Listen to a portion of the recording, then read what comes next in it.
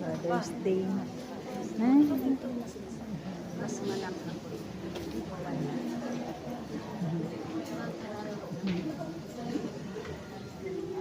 Pinasasalamatan. Ikaw ang pinakadakila at makapangyarihan sa lahat. Kami ay nagpapasalamat sa araw na ito sa pagdiriwang namin ng araw ng mga haligi ng aming mga tahanan, ng aming mga ama. Maraming salamat po dahil sila ay biyaya sa aming pamilya. Sila ang nagsisilbing pundasyon ng pagmamahal at pagkakaisa sa loob ng aming mga tahanan.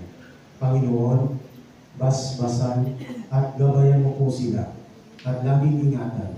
Kayo na po ang bahala sa kanila sa mga panahon hindi namin sila kasama at nagsusumikap na maghanap buhay para sa aming kinabukasan. Dalangin po namin ang kanilang kalakasan, gayon din ay pagtibayin ninyo ang kanilang kalooban sa mga oras na sila ay may mga pagsubok na nararanasan.